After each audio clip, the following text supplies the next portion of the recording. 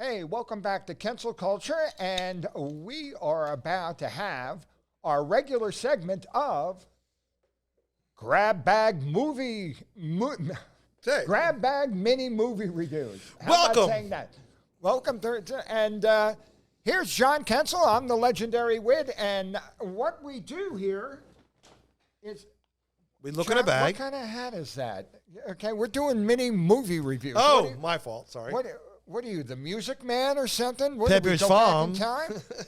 Holy mag! This is the Grab Bag Movie Review. Inside, okay, we have VHSs, we have DVDs, we'll have 8-track pretty soon. But what we do is we pick out a random movie and give you a mini review. Here we are. You can see that we have cleared our decks here at the at Kensil Culture Vast Archives. Okay, we cleared the decks and we put them in here, and our first movie is going to be grabbed by the one, the only John Kensil. Okay. John, pick a movie. The bathroom over here on the left is the toilet's blocked up.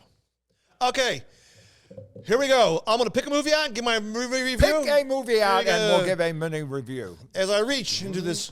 Okay, yeah. Watch me pull a rabbit out of my hat. You're half in the bag right now, aren't you? This is preposterous. All right, here we go. This movie here is. Okay, and the movie is. All right. Oh, I'll say it right now. Classic, great filmed movie, Singing in the Rain. Oh, is that about a sewing machine? No. Yes. I'm sorry. Singing in the Rain, the quintessential MGM musical, okay?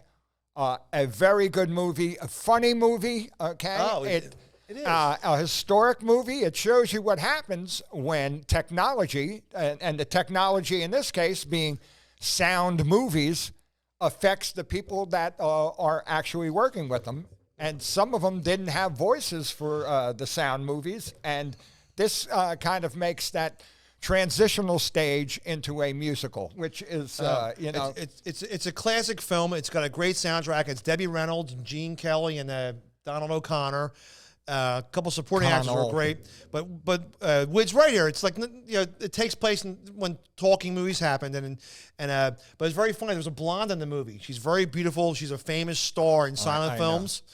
But when she talks like, "How you doing, Mr. Meany?" Jean Hagen, I think is her name. Yeah, and this has the famous song that you'll be singing in the rain. Yes, Jean Hagen plays that.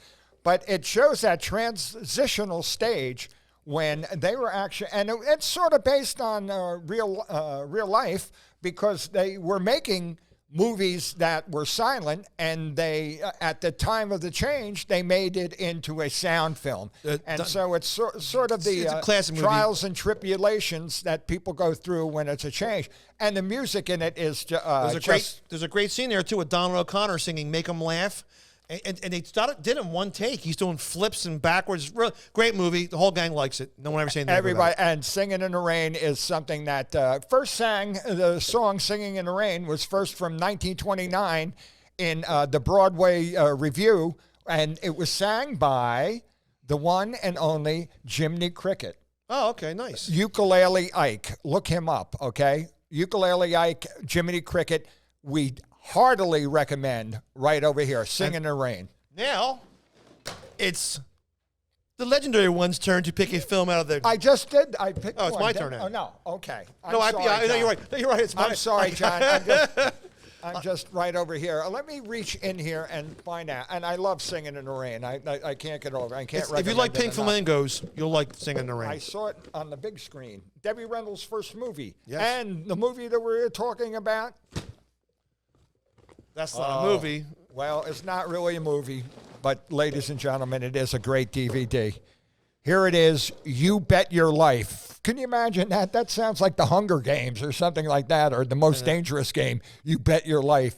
But this is the iconic show with Groucho Marx in his and sort of his twilight years. Then they gave him a formula to actually use his wit. His quick wit and his, his sense of the absurd and his relationship with people. And it's very funny to see that, on this game show is now run by, or is now hosted by Jay Leno. Jay Leno. But Okay, I'm not saying that Jay isn't funny, but he's not the he's not Groucho Marx. It's funny because Groucho has his own personality. But, Groucho's the comic legend who inspired people. But he would bring out a man and a woman, and he would interview them. And if during the interview, it was like a very general interview. You married, you have kids, where you're from. If they said a secret word, a duck that looked like Groucho would drop out of the ceiling with $100 in it. Yeah, right? it would go like this. And it could be anything, any form. But it's very interesting now. You watch this. It was on film or kinescope from this. It's a very, and it was on for a long time. It was on like 1950 to 1962. Yeah, because it was so good, and it was it was a perfect formula because Groucho got to interview the guests, and that was most of the show. In fact, the game was sort of second banana to to his actually doing that. So two things about that real quick. It'll take a second. Sometimes you can't find a good copy of the show because it was on, say, NBC.